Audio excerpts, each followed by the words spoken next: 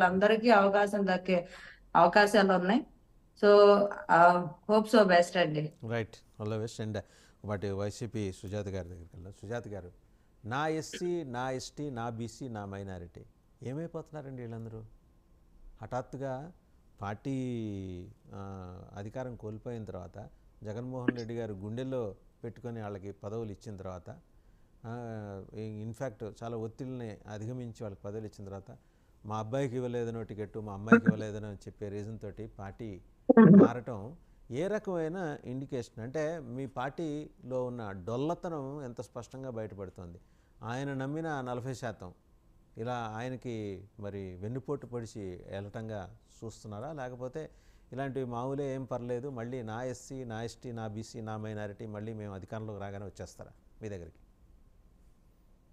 నమస్తే అండి, వెరీ శుభోదయం 99 ప్రేక్షకులకి, అలాగే ప్యానల్ పంచుకుంటున్నటువంటి అందరికీ కూడా వెరీ గుడ్ మార్నింగ్.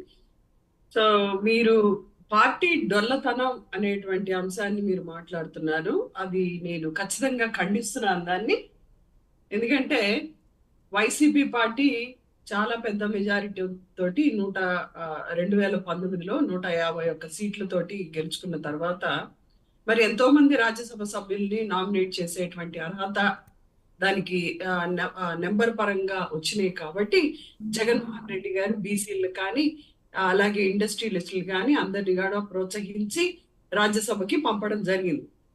సో పంపిన తర్వాత ఈరోజు ఓడిపోయిన తర్వాత జగన్మోహన్ రెడ్డి గారి సిద్ధాంతాలకు కానీ పార్టీ సిద్ధాంతాలకు కానీ అనుగుణంగా ఉండకుండా వాళ్ళ సొంత లాభాల కోసం వాళ్ళ కుమారుడికి టికెట్ ఇవ్వలేదనో, లేకపోతే వాళ్ళు వ్యాపార పరంగా వాళ్ళు ఇబ్బందులు పడతారనో, వాళ్ళ వ్యక్తిగత అంశాల మీద వెళ్ళాలని అనుకునే వారికి ఎప్పుడూ పార్టీ అడ్డు చెప్పదండి.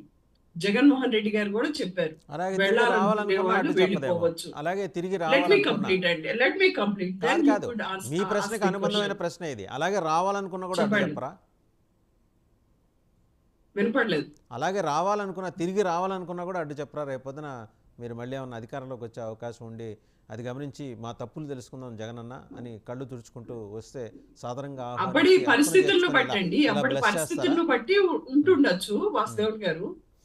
ఒకటి, ఈరోజు చెప్పేవేమో శ్రీరంగ నీతులు, దూరేవేమో డాష్ డాష్ డాష్ గుడిసెలు అన్నట్టు చంద్రబాబు నాయుడు గారు నిన్న కేబినెట్ మీటింగ్ లో ఏం చెప్పారు? విలువలు, విశ్వసనీయతలు, వాటి కోసం మేము కట్టుబడతాము అని చెప్పినటువంటి చంద్రబాబు నాయుడు గారు కేబినెట్ మీటింగ్ అయ్యే లోపు ఇలాంటి రాజ్యసభ సభ్యులందరినీ మేము తీసుకుంటాము, రాజీనామా చేయించి తీసుకుంటాము. అసలే ఆ కూటమిలో ఇట్స్ ఆల్రెడీ ఓవర్ఫ్లోయింగ్.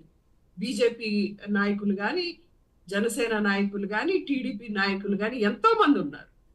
మీకు రాజ్యసభ సీట్లు ఇప్పించుకునే అంత నెంబర్ ఉంది. అలాంటప్పుడు వైసీపీ నుంచి తీసుకోవాల్సిన అవసరం ఏంటి చెప్పండి? ఏముంది, మిమ్మల్ని ఖాళీ మీ పార్టీని ఖాళీ. అదే ఒకటి, వైసీపీ పార్టీని నైతికంగా ఢిల్లీలో వైసీపీ చిరునామా గల్లంతు చేసే కార్యక్రమం ఆయన రాజకీయం. మీరు మాట్లాడనివ్వట్లేదు. ఒక్క నిమిషం, మీరే చెప్పాలి. మీరు అడిగారు కాబట్టి చెబుతున్నా. ఎందుకు అంటే ఇందుకు అని. అలాగే ఆయన రాజకీయం చేయడానికి వచ్చారు కానీ ఆయన చారిటీ చేయడానికి రాలా చంద్రబాబు గారు, గుర్తుపెట్టుకోండి. అంటే పక్కన పార్టీలు ఏంటి చారిటీ చేస్తున్నాయా? మీరు చేసింది ఏంటి? ఇంతకుముందు వాళ్ళందరినీ తెచ్చుకోవాలి ఆ పక్క వాళ్ళని. కాదు, ఆయన చారిటీ కాదు, ఆయన రాజకీయం చేస్తున్నాడు. పక్కన పార్టీలు ఏం చేస్తున్నాయి? పౌరోహిత్యం చేస్తున్నాయా? కాదు కదా. నిజంగా పౌరోహిత్యమే చేస్తున్నారేమో, చేశారేమో, చేయలేదు. వైసీపీ నిజంగా పౌరోహిత్యమే చేస్తే, పురోహితం ఏదైనా పనికొచ్చేది చేస్తే ఇవాళ మీరు 11 తోటి అక్కడ ఉండేవాళ్ళు కాదు, అధికారంలో ఉండేవాళ్ళు. మీరు పౌరోహిత్యం కూడా చేయాల. కనీసం ఒక విషయం, మీరు పౌరోహిత్యం కూడా చేయాల.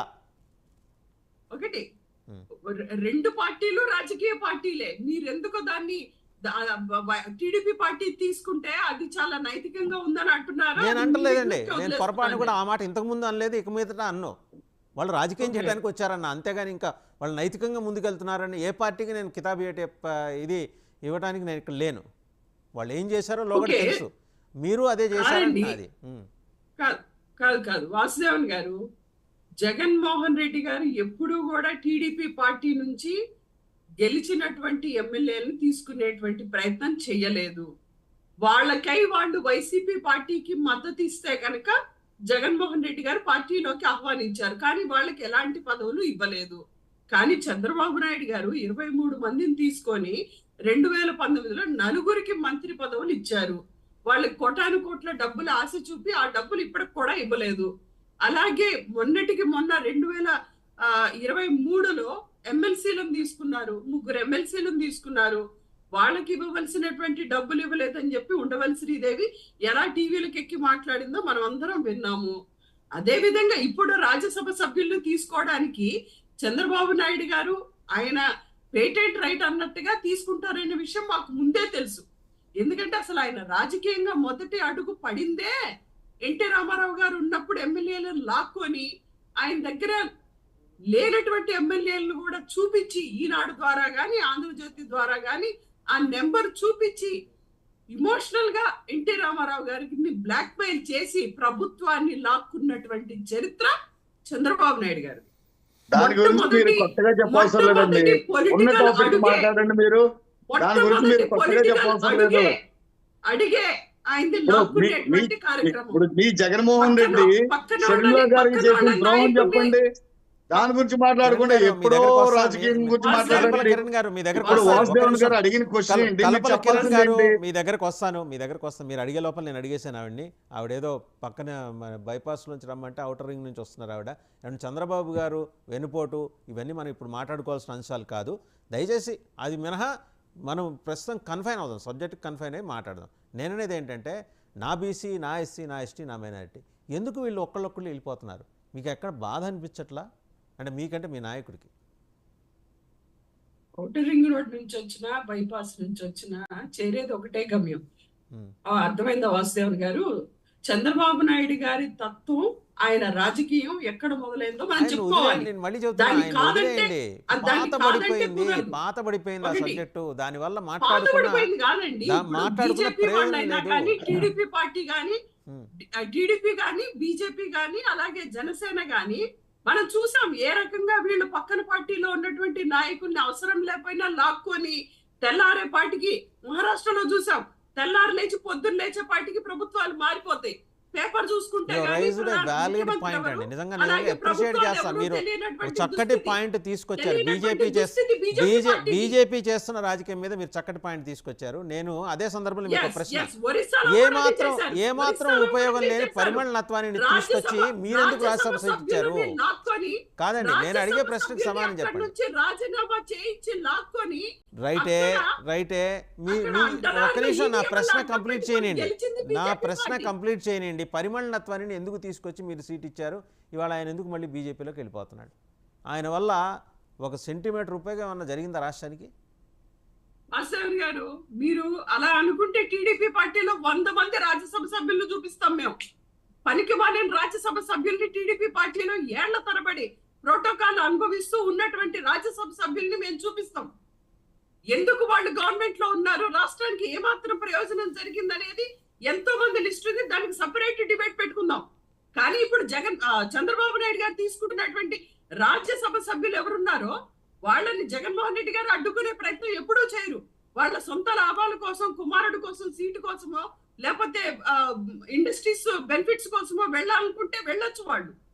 కానీ చంద్రబాబు నాయుడు గారు అవసరం లేకపోయినా తీసుకోవడం అనేది ఏదైతే ఉందో అది ప్రజలు చూస్తున్నారు. 164 సీట్లు వచ్చినాయి. ఏ జనసేనలో గాని, బీజేపీలో గాని, టీడీపీలో గాని రాజ్యసభకి పంపించుకునేటువంటి మనుషులే లేరా? వీళ్ళని పంపిస్తానని ఆయన ఎక్కడా చెప్పలేదే. అది కాదండి, వీళ్ళని పంపిస్తానని ఆయన ఏం చెప్పాలా. వాళ్ళంతా వాళ్ళు రాజీనామా చేసి వస్తున్నారు స్వచ్ఛందంగా. చంద్రబాబు గారి నాయకత్వంలో స్వచ్ఛందంగా పనిచేద్దాం, మేము పులిగొడిగిన ముచ్చాలని చెప్పుకొని వస్తున్నారు. పనిచేసే వాళ్ళని ఆయన ఎందుకు కాదంటారు? పనిచేయడానికి రండి అంటారు. నేను మళ్ళీ మీ దగ్గరకు వస్తా. ఒక మాట కలపల్లి కిరణ్ గారు మళ్ళీ వస్తా. కలపల్లి కిరణ్ గారిది ఇందాక ఫ్రేమ్ డిస్టర్బ్ అయింది, ఇప్పుడు వచ్చారు. ఏమండి, వ్యాన్ పిక్ కేసులో పాత కేసులు తిరగదోడతాం, మోపిదేవి వెంకటరమణ నువ్వు పార్టీకి తెలుగుదేశంలో చేరకపోతే తాట తీస్తాం అనే బెదిరింపు ఆయనకు రావటం వల్లే ఆయన గడగడ వణికిపోయి రాజ్యసభకి సభ్యత్వానికి వైసీపీకి రాజీనామా చేసి మీ పంచాన చేరబోతున్నారు అని ఒక కథనం పొలిటికల్ కారిడార్స్లో రౌండ్స్ కొడుతోంది. నిజమేనా సార్? ఇక్కడ తెలుగుదేశం పార్టీ మొదటి నుండి బెదిరింపు రాజకీయాలు కానీ, కక్ష సాధింపు రాజకీయాలు కానీ ఏ రోజు చేయలేదండి. ఇప్పుడు ఇందాక సుజాత గారు మాట్లాడుతున్నారు.